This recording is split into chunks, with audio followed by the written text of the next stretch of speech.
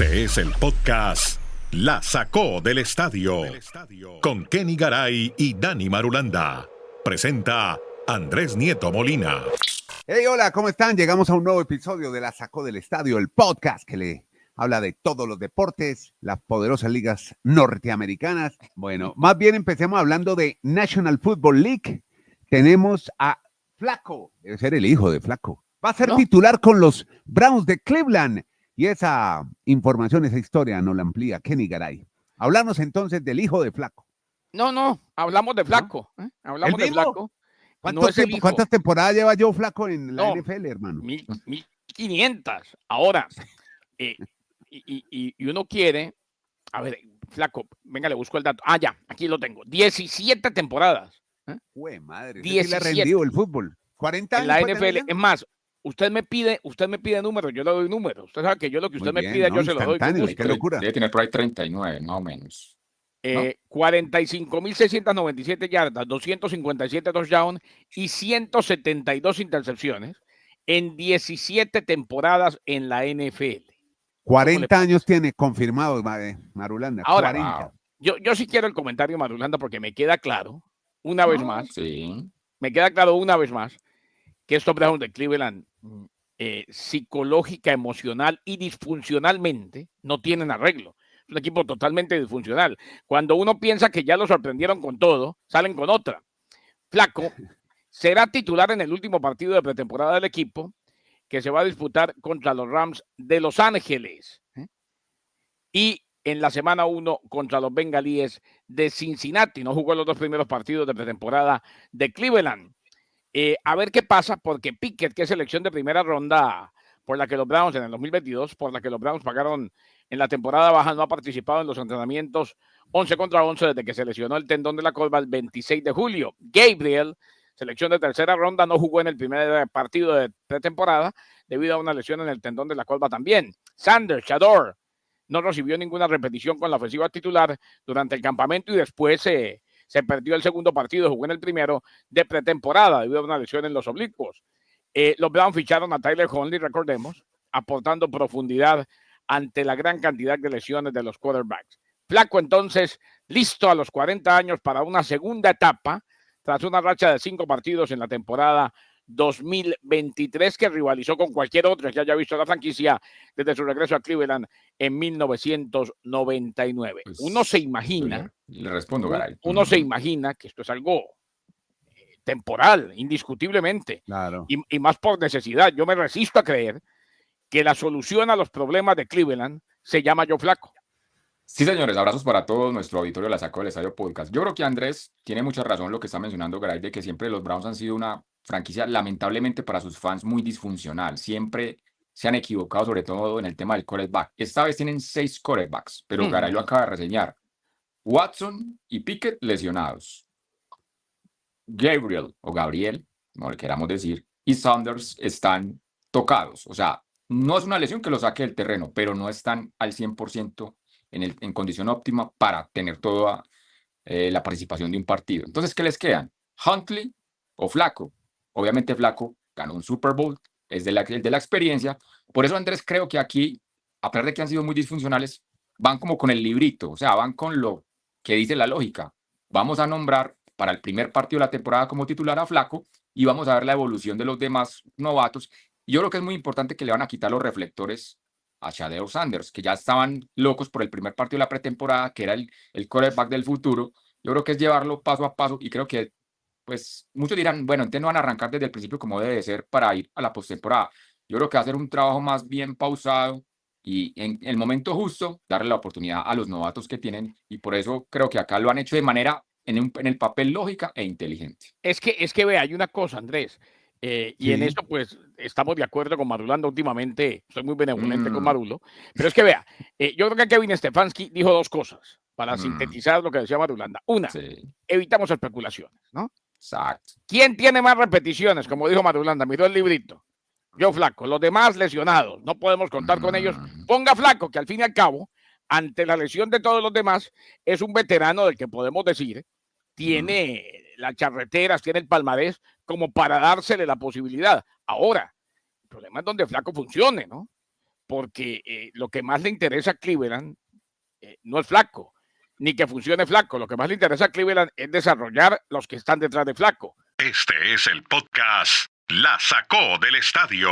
Bueno, sigamos con la NFL para que hablemos de más veteranos que están firmando equipos como los Colts de Indianápolis y los Dolphins de Miami. ¿A quiénes firmaron y también andan por los 40, Dani Marulanda? Pues jugadores que ya están en sus años otoñales para la NFL, jugadores con ya más de 10 temporadas, Andrés, en la NFL. Hablemos primero de Xavier Howard, el señor X, que siempre fue pues un gran ídolo de los Miami Dolphins porque era de los principales esquineros, los principales cornerbacks. Ha firmado un contrato por un año con los Colts, con el equipo de Indianápolis.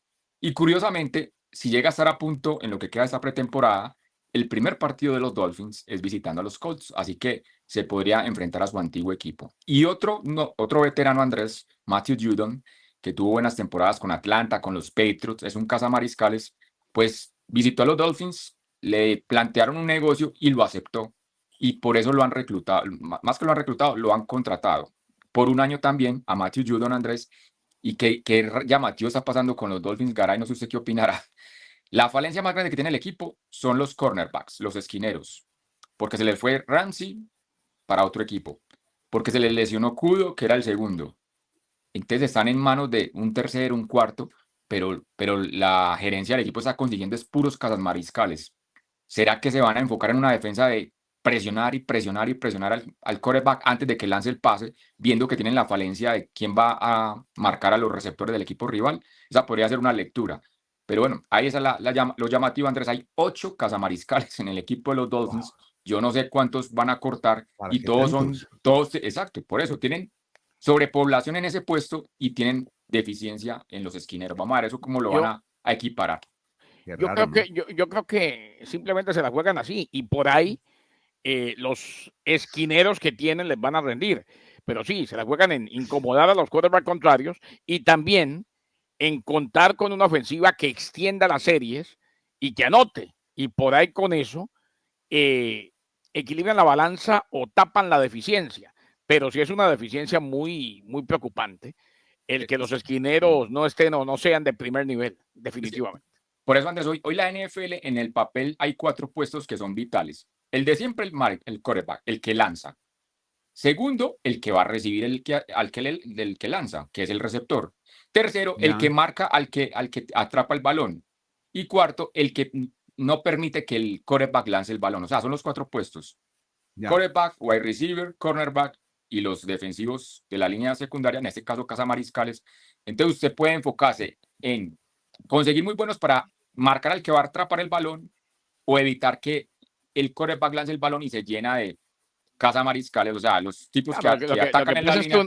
Entonces, lo que puede hacer Miami en este momento, diría uno. Un quarterback de experiencia, bueno, preciso, y que haga bien los 3 Mississippis y saque rápido, el ovoide te mata. No hay como parar. Te mata. Porque termina encontrando los espacios a los costados o el receptor por el medio saliendo del backfield. Y va a ser muy complicado. Este año, lejos de lo que yo pensaba, pinta complejo, pinta muy complejo. Garay, que el deporte hace nos sorprenda. Mire, de los 7 años que lleva este proyecto en Miami, desde el 2019 que se empezó a instaurar el boom de Tua para Miami, yo no había visto en los fanáticos, en la prensa, tanta desilusión para arrancar una temporada. Es el pesimismo. Es el año, exacto. Esa es la palabra, Andrés. Usted me corrige muy bien. El pesimismo que hay en Miami, yo no lo había visto en los últimos 7 años, desde que llegó Tua al equipo. No sé, ojalá todo sea al contrario y todos estén equivocados y pues sea una... el único optimista está aquí, vea. No, ni Garay. Eso me preocupa más. Eso me preocupa más, que ya Garay ni siquiera está con la bandera tengo testimonio de algo que me pasó ayer, Andrés. Resulta que yo trabajo por algunas bendiciones de Dios o por esas cosas de Dios. Hombre, uno llega y le empiezan a llegar delfines. Dolphins aquí, Dolphins allá, Dolphins en Maracuyá. Dolphincitos. Claro, gente que le va a los Dolphins. Uno de ellos, mi compañero en fútbol alemán de siempre, don Barack Feber, que es él y Marulanda se deberían juntar y el mundo se acaba, porque los dos ven todo malo y todo negativo. Y resulta que ayer nos sentamos antes del partido y le dije, qué bien van sus azulejos de Toronto en el béisbol. Ah, sí, pero no tenemos para la postemporada. Yo sabía que me iba a contestar así. No, Me dijo, friegue. ¿y los Dolphins cómo los ves? Y yo le dije, pues hombre, yo la veo la temporada muy complicada. Me dijo, no, terrible, ahora sí me tengo que ir. Si usted la ve complicada, y lo mismo me dijo ayer Hernán Garay Pereira, es otro más compañero optimista. nuestro de ESPN, me dijo, esto está muy complicado. Esta temporada hay problemas en la interna. Tua está a un golpe del retiro. El equipo sigue siendo disfuncional. No lo han podido balancear. Lo de Grier ha sido fatal. Esa puede ser una temporada de grandes decisiones, de grandes decisiones de cara al futuro. Bueno, esperemos a ver qué pasa con el equipo de Miami. Sigamos hablando. Oiga, a propósito, ayer estuve viendo, observador desprevenido, estaba viendo Bengals contra Bills. Estaban jugando, ¿no? Un partido de pretemporada. Commanders, muy buen juego. Ah, Commanders de Washington, sí, señor. Oiga, Commanders Bengals. Pero sin mentirle, 12, 13 minutos de la transmisión enfocando todo el tiempo a Joe Burrow. Lo entrevistaron, luego, ¿por qué todo el tiempo Burrow? O sea, no Hombre, entendí, no, o sea. porque eso es como... Pero no mostraban el juego por mostrar eso a es como Burrow. que nos muestren Parecía una cámara personal con él. Andrés, le doy una razón. Lo que pasa es que en un segundo juego de pretemporada, normalmente Burrow no juega. O sea, los titulares no juegan. Y como jugó tanto y lo golpearon, por eso había tantas preguntas. Venga, ¿usted por qué se arriesgó? ¿Usted por qué estuvo jugando tanto tiempo? Y él incluso está tan convencido de que tiene que ser su año otra vez. Él dijo, no, es que yo necesito estas repeticiones, yo necesito estar bien con mis compañeros que estaban dando esas explicaciones. Él no necesita jugar pretemporada. Es un bobazo. Ayer la gente de Cincinnati le estaba diciendo de todo. Se está arriesgando sin necesidad. Hubo una jugada en la que hizo un rollout por derecha y le pegaron, lo que dijo Marulanda. O sea, él ayer jugó como si estuviera en el Super Bowl. Cuidado que un muchacho de estos que está jugándose la posibilidad de ser tercer suplente en el equipo contrario, le pega su trancazo y lo saca el resto de la temporada, que no ha empezado. Claro. Sí, no pueden arriesgar. Bueno, hablemos más bien de Trey Hendrickson. Está en un rollo, hay una pelea justamente con el equipo de Cincinnati, Kenny. Definitivamente, y se mantiene. Él se mantiene, él es de los que dice que no da brazo a torcer. Él a la defensiva de los Bengals, firme en su postura de no jugar la próxima temporada. Habló con él, Laura Rutledge, de ESPN en Landover, en Maryland, antes de lo que fue el partido que usted vio la noche de ayer, el de Commanders ante Bengals. Y los principios fundamentales de su postura entonces siguen intactos. Dijo que él y el equipo están muy de acuerdo sobre el salario anual, la promedio total y la duración del contrato. El punto de fricción es el dinero garantizado, el nunca bien ponderado dinero garantizado, el para muchos ignorado dinero garantizado, que es lo más importante de un contrato, en una posible extensión. Cincinnati tiene como postura no proporcionar un salario asegurado después de la primera temporada. Y eso es lo que ha paralizado el proceso. Él dice que no. Los Bengals le otorgaron, recordemos, al comienzo de la temporada baja a Hendrickson la posibilidad de buscar un equipo dispuesto a adquirirlo, pero hasta el momento nada se ha materializado. 4 veces jugador del Pro Bowl, cumple 31 años, está programado para ganar 16 millones esta temporada, terminó su huelga el 30 de julio, ha estado con el equipo desde entonces, pero no ha entrenado y se mantiene en su postura. Este es el podcast La Sacó del Estadio. Bueno, ya que cerremos este capítulo, esta página de fútbol, otra vez con usted, Kenny, para que más adelante nos hable del flag football en México, el fútbol tochito. Matthew Stafford finalmente practicó Marulanda con los Rams de Los Ángeles. Primer entrenamiento del quarterback con el equipo esta temporada. No lo había hecho debido a un dolor de espalda. 37 años. Tomó repeticiones con el primer equipo. Durante la sesión no habló con la prensa, pero el entrenador en jefe, Sean McVay, dijo que es demasiado pronto para saber qué significa la sesión para el estado de Stafford en el futuro. O sea, entrenó, pero definitivamente hay que verlo muy de cerca. Son 37 años y es un mariscal de campo que ha cumplido a lo largo de su carrera, que ya ganó un Super Bowl, que tuvo grandes años en Detroit, pero que está sintiendo el rigor de la edad en un deporte con muchísimo contacto. Los Yankees los mueven Soto a correr que otra vez lo sacamos al estadio. Bueno, y ahora sí nos vamos para el béisbol porque hay un dato alucinante que ustedes pueden consultar en la cuenta Dani Marulanda 13 en X. Tiene que ver con un pelotero colombiano del que hablamos mucho acá, José Quintana. Ha llegado a una cifra de escándalo para el béisbol colombiano. ¿De qué se trata? Se trata, Andrés, de un dato muy impresionante para la carrera deportiva de José Quintana. Y también aprovecho, Andrés, pues nuestro podcast La Sacó del Estadio y nuestros colegas que este post no lo publicaron, por ejemplo, en el canal Telecaribe en plena transmisión del juego. gracias a Sin ellos. crédito alguno. Dani Marulanda También, 13 la cuenta. también lo mencionaron en el diario El Tiempo en una nota muy interesante que le hicieron sobre el tema de José Quintana. ¿Y le dieron Así crédito que, en el Dani, tiempo? ¿En el tiempo no, le dieron crédito? pero es que a mí no importa el crédito. Lo No, importante sí es que importa, no, sí importa. lo importante es que aparezca el dato del deportista como Atención tal. a las señoras, atención las señoras Mulson, démele crédito Rochelle. a Marulanda. No, pero esperemos entonces a contar la historia, que lo importante es el dato, más que el periodista que lo busca. En este caso, Andrés, lo tengo acá incluso en mi cerebro En la siempre. cabeza. Mire, no son sale. cuatro beisbolistas pitcher en la historia, zurdos, latinos, Zurdo. esa es la condición, zurdo y latino.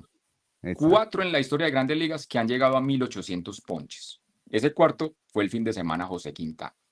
Lo superan Fernando Valenzuela, que logró 2,074. O sea, el Toro Grande. Valenzuela prácticamente va a ser inalcanzable. Una Segundo, leyenda. Sí, Johan Santana, el segundo, el venezolano, logró También, muy 1,988.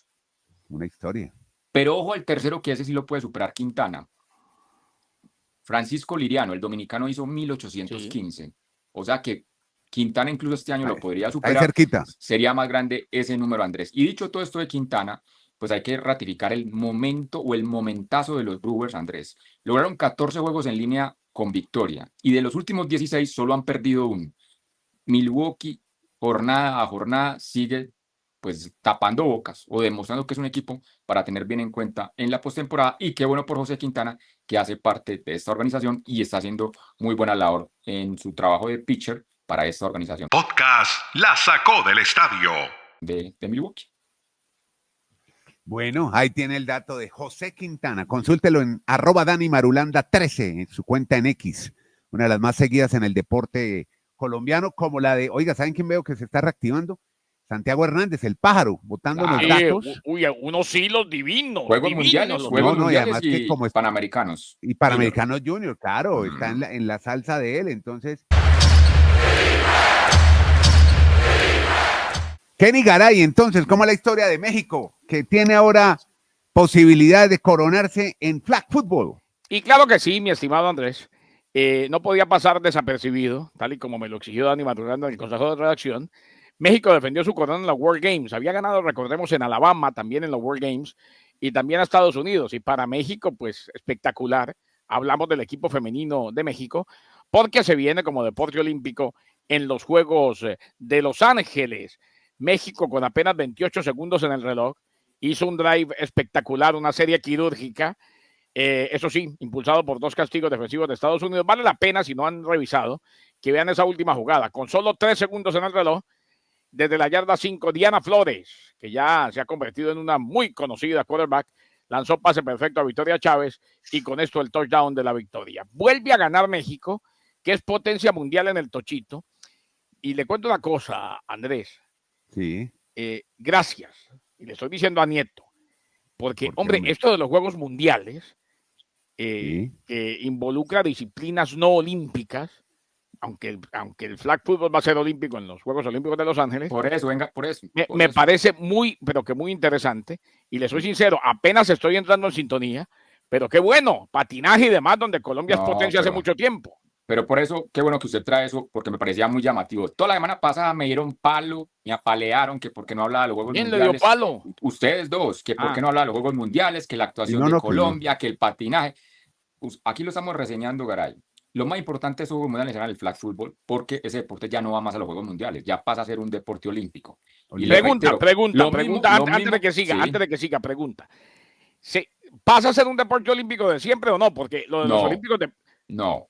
Ah, ok. Eso, o sea, eso va en evaluación. Exacto. Si no es olímpico en los próximos, puede volver Pasa a los lo del Sí. breakdance, lo Exacto, que pasó por en ejemplo, París. Por ejemplo, Es que si no es, hay unos que son de exhibición y lo sacan. si en el 2032 ya no es olímpico, ¿puede volver a los Juegos Mundiales? Podría No. volver. Ah, Podría volver, claro. Bueno. los Volvería a Juegos ser, Mundiales sí, pero- volvería a ser el programa.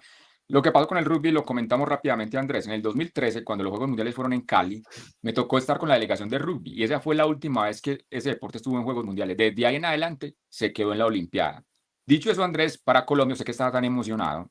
Colombia terminó en el 10º lugar. O sea, Colombia lleva 4 ediciones consecutivas en el top 10. Y la gente dirá, pero entonces Colombia es una potencia en deportes de los Juegos Mundiales. No, simplemente es un deporte como el patinaje. pero que sí le da es el todas las mejor medallas. latinoamericano, ¿no? Sí, pero es que Andrés, ahí donde, y Garay, perdón, ahí es donde hay que hacer el análisis. Eso no significa que Colombia sea una potencia deportiva para Juegos Mundiales, porque es solo un deporte.